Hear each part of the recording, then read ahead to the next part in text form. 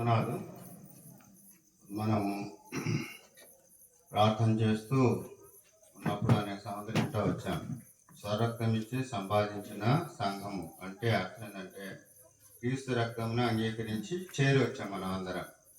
కనుక వందనాలంటే అందరూ వందనాలు చెప్పాలి, ఆమె అంటే అందరూ ఆమె అని చెప్పాలి. అర్థం అంటే దాని ద్వారా ఏమైందంటే అందరం కలిసి ప్రభు పనిచేసి చేస్తున్నామని అర్థం వస్తుంది అన్నమాట. మా పాటికి మేము, మీ పాటికి మీరుగా ఉండకూడదు, అందరం కలిసి. ఇప్పుడు మన వందనాలు కనబడాలి, వినబడాలి, అది గుర్తుపెట్టుకున్నామా? వందనాలు కనబడాలి, వినబడాలి.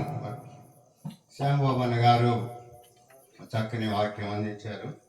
వారి సార్ ప్రభుత్వం వాళ్ళ తండ్రి ప్రియాన్న గారు, ప్రియనాథం గారు ఆయన పేరు. అయితే మా అమ్మ వాళ్ళందరూ ఆ సంఘంలో ఎదిగారు చిన్నప్పుడు, మేము చిన్నపిల్లలు ఉన్నప్పుడు పోతే సంఘంలో.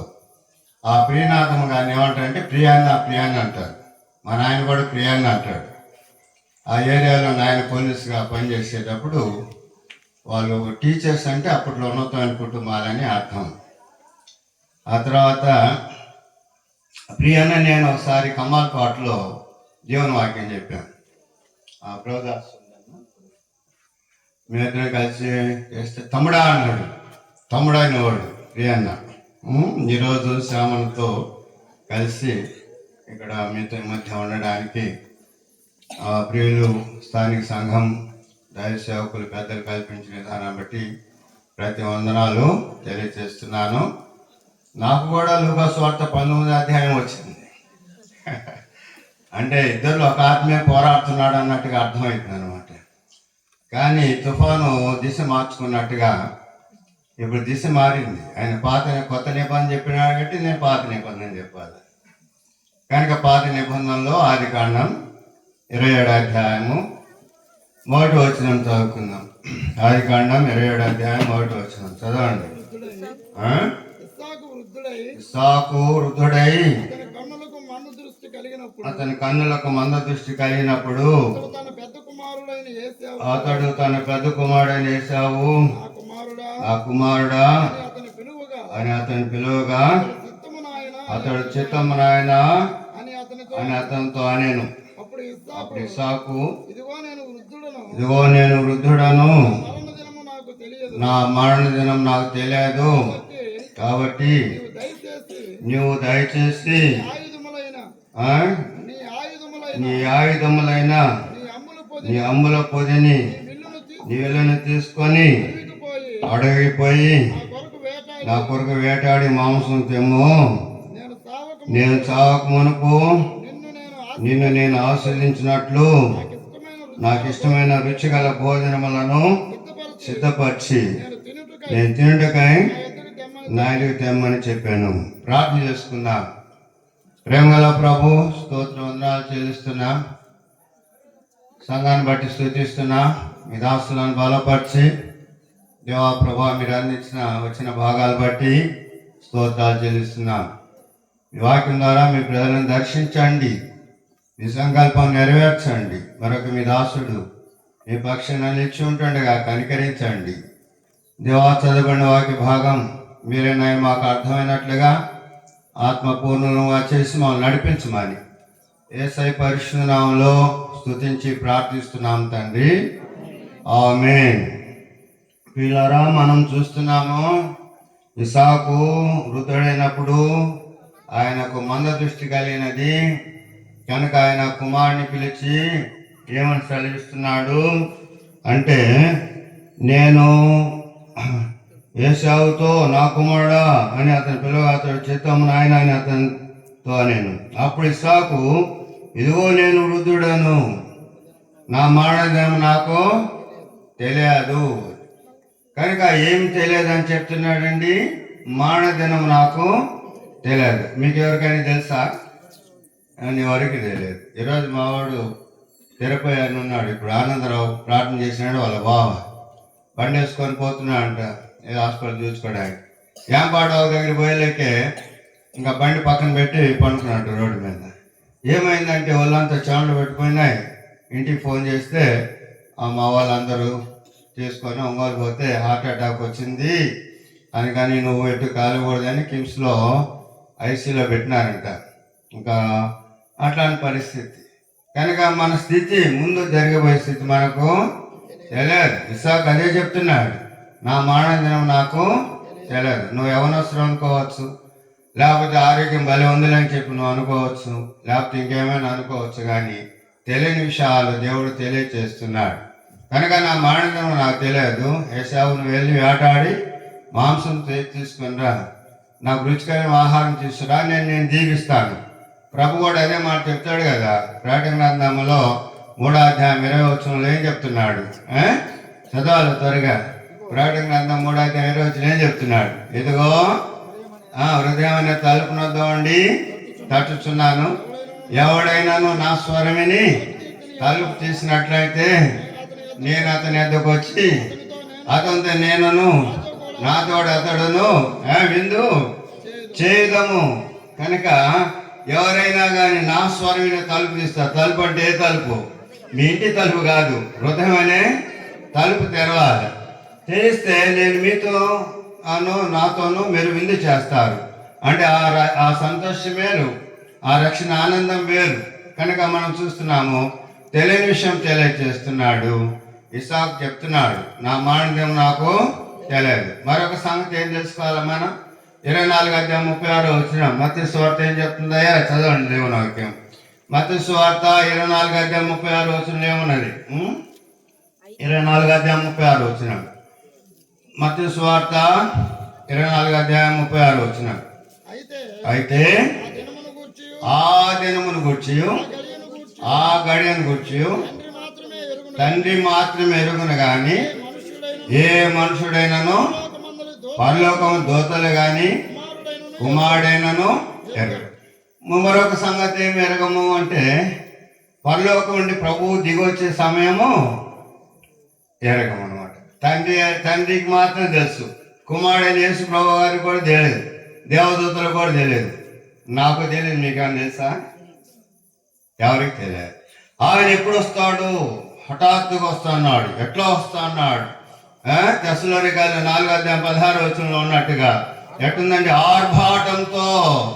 ఈ లోకంలో ఎక్కడ చూసుంటారు ఆర్భాటంతో. అప్పుడు అదిగో మరియమ్మ, ఓ మార్తమ్మ, ఓ దాసన్న, దాసయ్య, ఓ బాలేసయ్య అని పిలిచాడు అనుకో, అప్పు ఎంత సంతోషం అండి, ఎంత ఆనందం. ఆ దినం, ఆ పిలుపు ఎంత గొప్పది.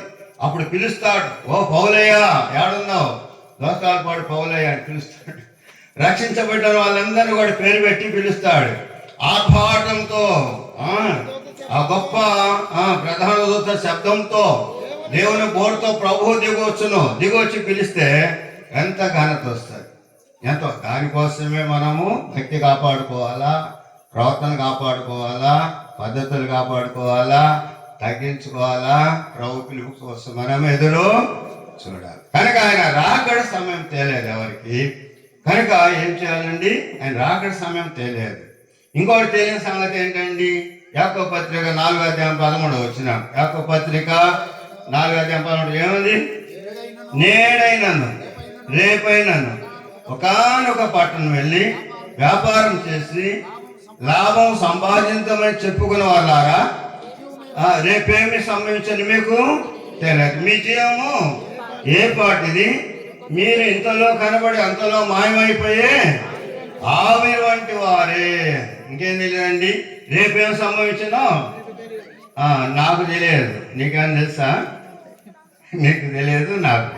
రేపేం సంభవించినా నీకు తెలియదు, నాకు తెలియదు. నేను సంగతి అడిగితే చెప్తా, నేనేమేం చేసింది, నేను ఏం చేసింది చెప్తా. ఉదయం ఎక్కడుంది, మధ్యాహ్నం ఎక్కడుంది, రాత్రి ఎక్కడ కూటంలో ఉంది, ఏందని చెప్పగా రేపేం సంభవించిన నీకు తెలియదు. నీ జీవము ఏ పాటి? మీరు ఇంతలో కనబడి అంతలో మాయమైపోయే ఆవిలాంటి వారు అన్నారు. తెలియని సంగతుల గురించి తెలియజేయటం దేవుడు తెలియజేస్తాడు. మానవుడికి చేత కాదు ఆ సంగతులు, దేవుడు తెలియజేస్తాడు. కనుక మనం చూస్తున్న అపోస్తల కార్యములు 17వ అధ్యాయంలో నుండి మనము 30వ వచనంలో మాట చదువుతున్నాం. అపోస్తల కార్యములు 16వ అధ్యాయం 30వ వచనంలో ఏం రాయబడ్డది? 17వ అధ్యాయము నేను చెప్పింది చదువు. అజ్ఞాన కాలమును దేవుడు చూచి చూడనట్టుగా ఉండాను, ఇప్పుడైతే అంతటను అందరూ మారు మనసు పొందవాలని మనుషులకు ఆజ్ఞాపించుచున్నాడు. ఏమున్నదయ్యా? అజ్ఞాన కాలము. దేవుడు చూచి, అజ్ఞాన కాలం అంటే ఏంటంటే నీకు నాకు తెలియంది నడవటం అజ్ఞానం అన్నమాట. తెలియకుండా నడవటం అజ్ఞానం. కనుక అజ్ఞాన కాలాన్ని దేవుడు ఏం చేస్తున్నాడు? చూసి చూడనట్టు ఉన్నాడు. ఇప్పుడైతే ఏం చేయాలి? అంతటా అందరూ మారు మనసు పొందాలని ఎవరికి ఆజ్ఞ? మనుషులకు ఆజ్ఞాపించుచున్నాడు. కనుక మనుషులకు ఆజ్ఞ. మనుషులకు ఆజ్ఞ ఏంటి? ఆజ్ఞ అంటే అందరూ అంతటా మారు మనసు పొందాలను. అయితే మీరు ఏ అనుభవంలో ఉన్నారు అంటే రేపేం సంభవించనో తెలియని అనుభవంలో ఉన్నారు. మానదినం తెలియని అనుభవంలో ఉన్నారు. దేవుని ప్రత్యక్షత ఎప్పుడో తెలియని అనుభవం ఉన్నారు. ఆ తర్వాత రేపేం సంబంధించిన మీకు తెలియని అనుభవం ఉన్నారు. దీన్ని అజ్ఞాన కాలం అంటారు. కనుక అజ్ఞాన కాలమును దేవుడు ఏం చేశాడు? చూసి చూడనట్టుగా ఉన్నాడు. ఇప్పుడైతే ఏం చేయాలి? అందరంతటా ఇది కృపాకాలం. కృపాకాలము దాటగనే ఆపాయపు దినములలో మనోజాలికి మహాశ్రమలో కనిపించదు ఆశ్రయమో. తరుణమిదే తరుణమిదే ఆపికి తరుణమిదే పరలోకము చేరుటకు ఆ నరకము తాకుటకు పరలోకము చేరుటకు ఆ నరకము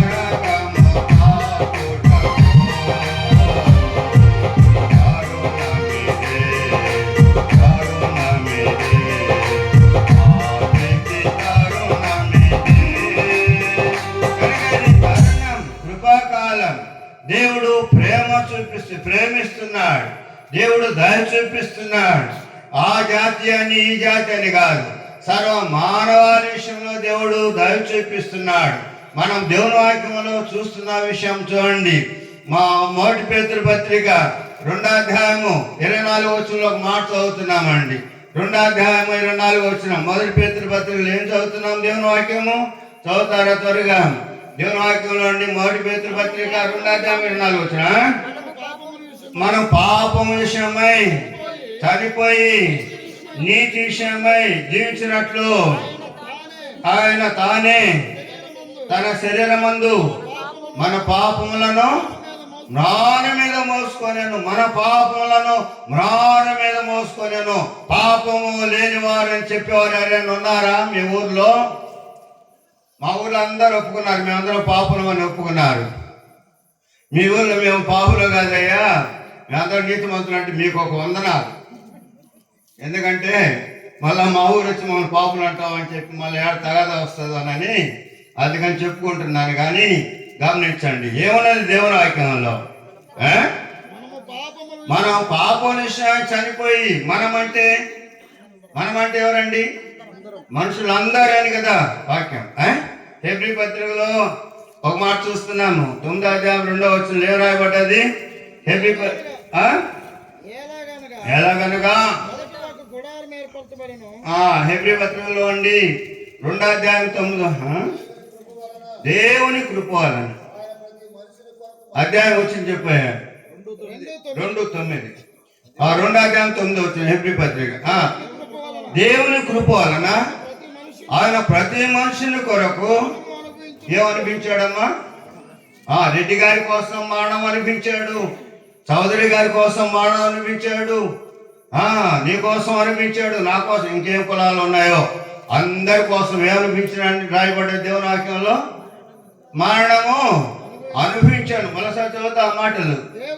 దేవుని కృప వలన ఆయన ప్రతి మనుషుని కొరకు మరణము అనుభవించాను అని చూస్తున్నా. ప్రతి మనుషుని కోసం మరణం అనుభవించినంటే నీకు రావాల్సినటువంటి పాప శిక్ష యావత్తు కూడా ఆయన భరించినాడు అనే సంగతులు మనం అక్కడ చూస్తున్నాం. కనుక మనం దేవుని వాక్యంలో చూస్తున్నాం. చూడండి, ఎఫెసీ పత్రికలో అండి ఎఫెసీ పత్రిక 4వ అధ్యాయంలో మాట చదువుతున్నాం అండి. ఎఫెసీ పత్రిక 4వ అధ్యాయంలో మనం గమనిస్తున్నప్పుడు 4వ అధ్యాయం 18 వచ్చిన ఎఫెసీ పత్రిక 4వ అధ్యాయం 18 వచ్చిన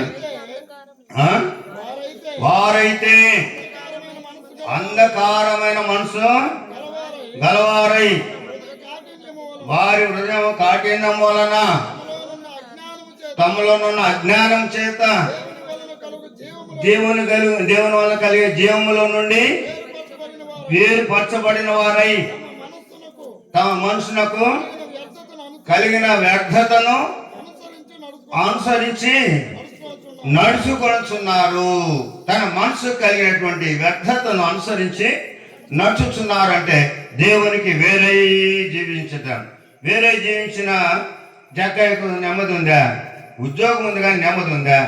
పేరేమో జక్క అంటే పరిశుద్ధుడే కానీ పరిశుద్ధత ఏమైనా ఉందా?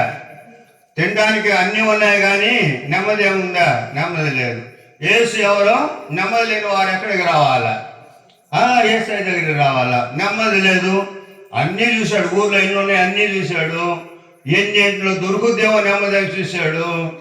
దేంట్లో నెమ్మది, మాంసంలో నెమ్మది దొరుకుదేమో అని బాగా తీసి చూస్తే బీపీ ఎక్కువైపోయింది, గుండెపోటు దగ్గరలోకి వచ్చింది. ఆకుకూరలే తిందామని చెప్పుకుంటే పక్షవాతం వస్తుంది, నరాల శక్తి లేక. కనుక అన్నిటిని పరిశీలించేస్తే ఎందులో కూడా నెమ్మది లేదు. ఇప్పుడు విన్నాడు. ఏమని విన్నాడు అంటే యేసు ఎవరో చూడాలనుకున్నాడు. యేసు ఎవరో చూడాలనుకుంటే అన్నగారు చెప్పినట్టు ఆయన హోదా గలవాడు, అన్ని గలవాడైనా ఏం చేసి అన్ని వదిలిపెట్టేసి మేలు చెట్టు ఎక్కాడు. చాలా మందికి ఏంటి, అక్కడికి ఏమి పోదాంలే, ఇక్కడికి ఏం పోదాంలే, అదేమిలే ఇదేమిలే అన్నట్టుంటాడు. అనుకున్నాడు ఆయనట? అనుకోలే. అంత గొప్పవాడైనా అంత ఉద్యోగస్తులైనా యేసు ప్రభువు ఈ మార్గాన్ని వస్తున్నారు కాబట్టి మేడు చెట్టుకి కూర్చున్నాం. ఆయన మేడు చెట్టుకి తొంగి చూస్తా ఉన్నాడు. యేసు ప్రభు ఏమి ఎరిగినవాడయ్యా? ఏమని వాడుతా 2:24 వచ్చినాం. యేసు అందరినీ ఎరిగినవాడు. నాటు కూర్చున్నగా నీ సంగతి చేశారు, నా సంగతి వాడు ఎరుగు. ఇంకేం ఎరుగంట? 139 కీర్తన మాట వచ్చిన 139 కీర్తన మాట వచ్చిన ఇంకేం చదవండి. అక్కడ అది చదివితే కాదు మన సంగతి అంతా అర్థమయ్యేది. నువ్వు నన్ను పరిశోధించి తెలుసుకుని ఉన్నావు. నేను కూర్చున్నట, నేను లేచుట నీకు తెలియను. నాకు తలంపు పుట్టక మునిపే నువ్వు నా మనసును గ్రహించుచున్నావు. నాకు తలంపు రాక మునిపే ఏం తలంపు చేస్తావు నువ్వు అనే సంగతి ఆయన తెలుసు అంట.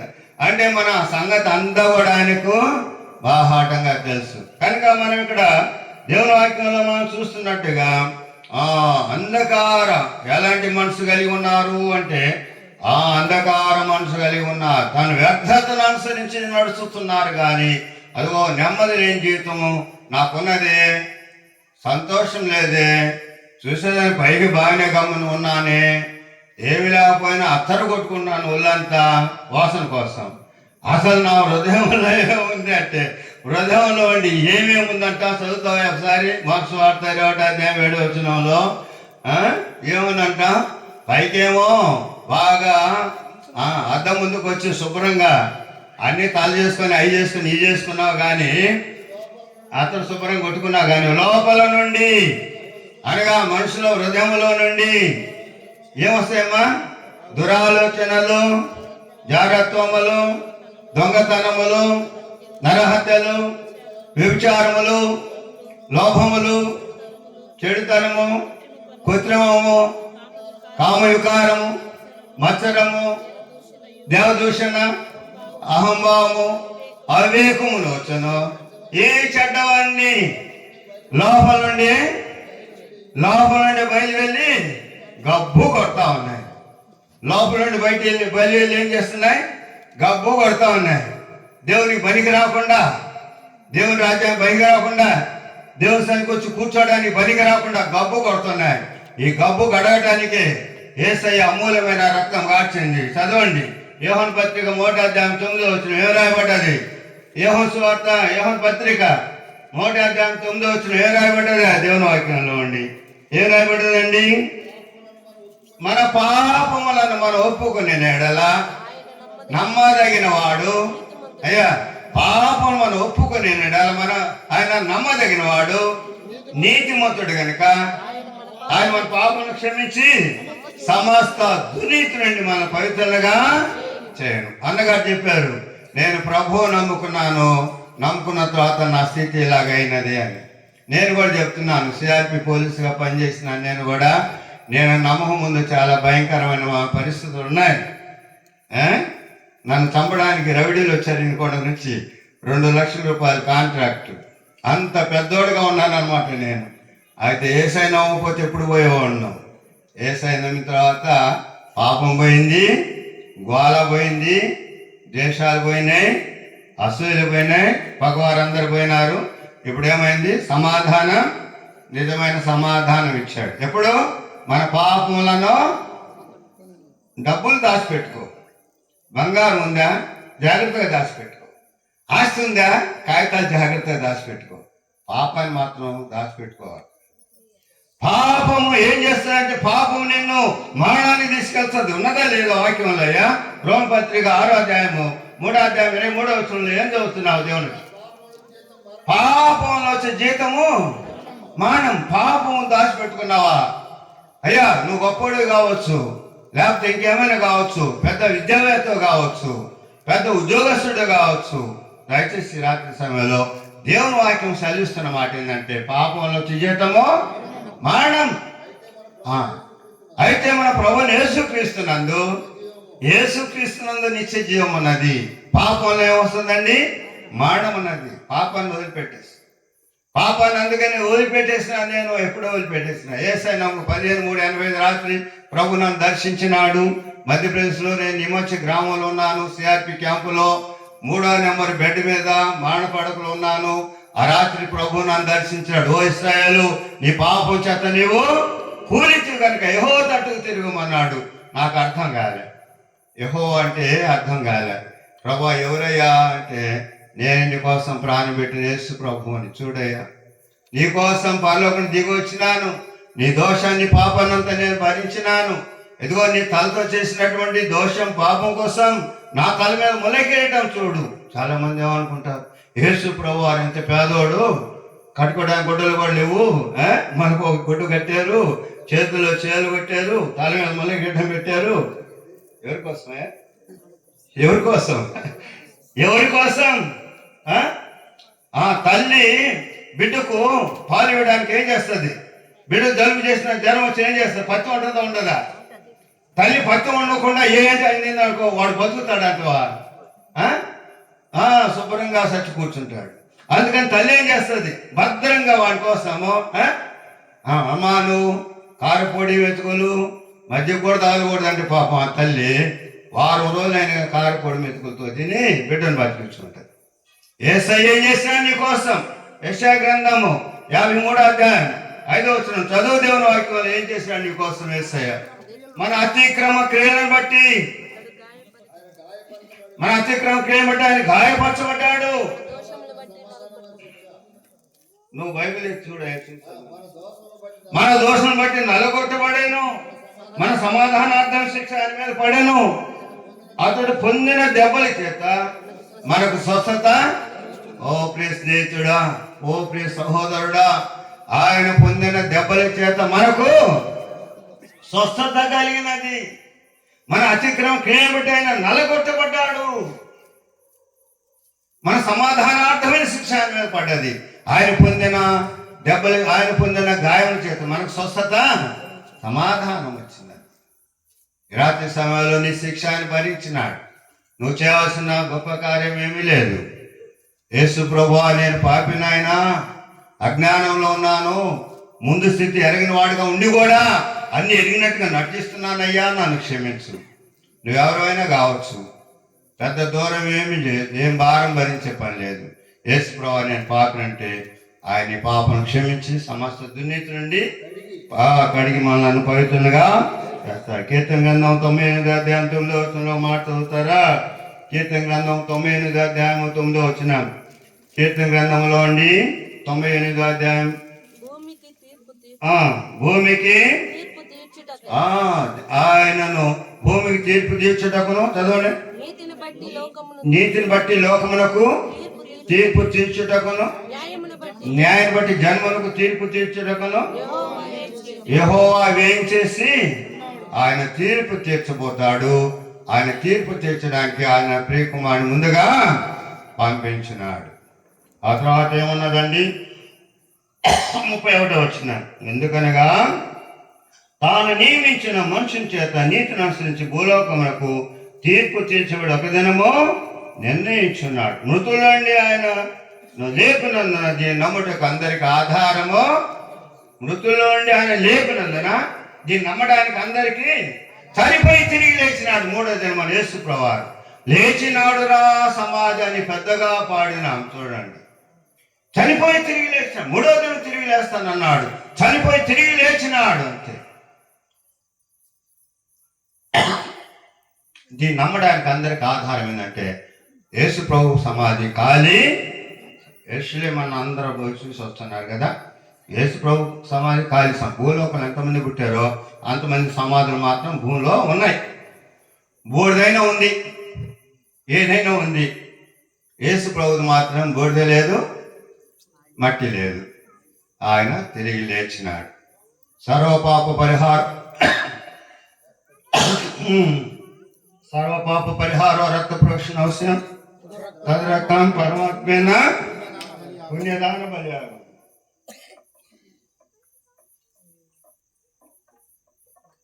ఏంటండి?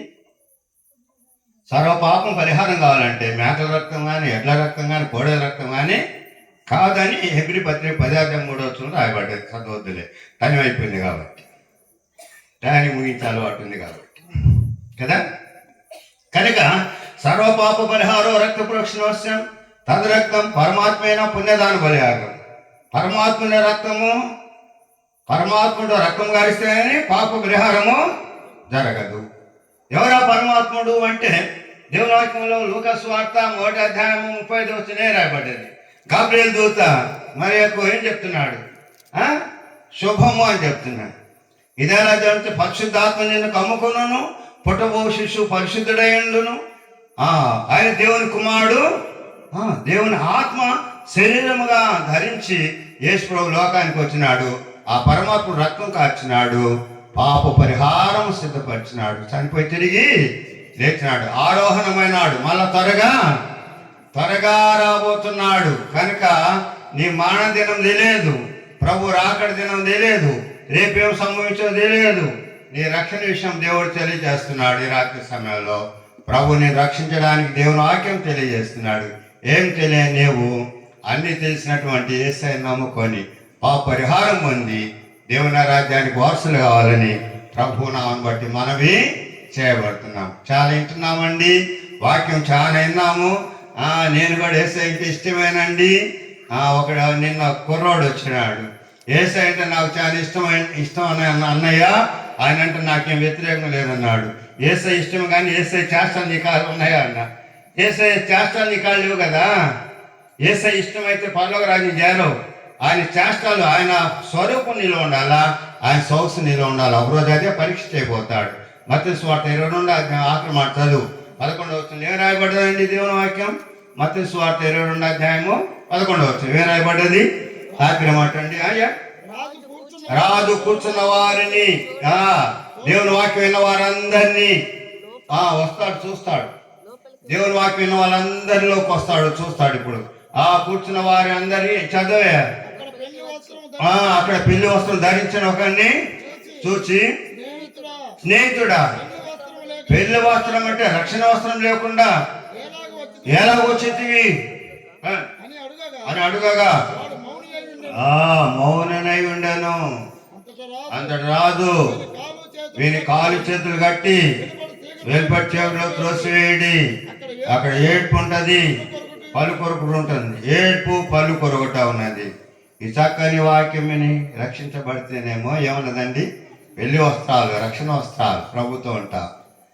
దేవుని వాక్యం విని నిర్లక్ష్యం చేసిపోతే ఇంకేముంటది? ఏడ్పు పలు కొరకట. ప్రభువుని విశ్వసించినావా? నీవు రక్షణ వస్త్రాలు ధరించావా? ఈరోజు రక్షణ వస్త్రాలు ధరించడానికి ఇష్టపడుతున్నావా? మోకరించండి, ప్రార్థన చేస్తా. మోకరించండి, ప్రార్థన చేస్తా. దేవుని వాక్యం చదివి చెప్తున్నారు దైవజనుడు. ప్రభు నమ్మే వాళ్ళు ఎవరేమన్నారా అంటే నేను నమ్ముకుంటానయ్యా అని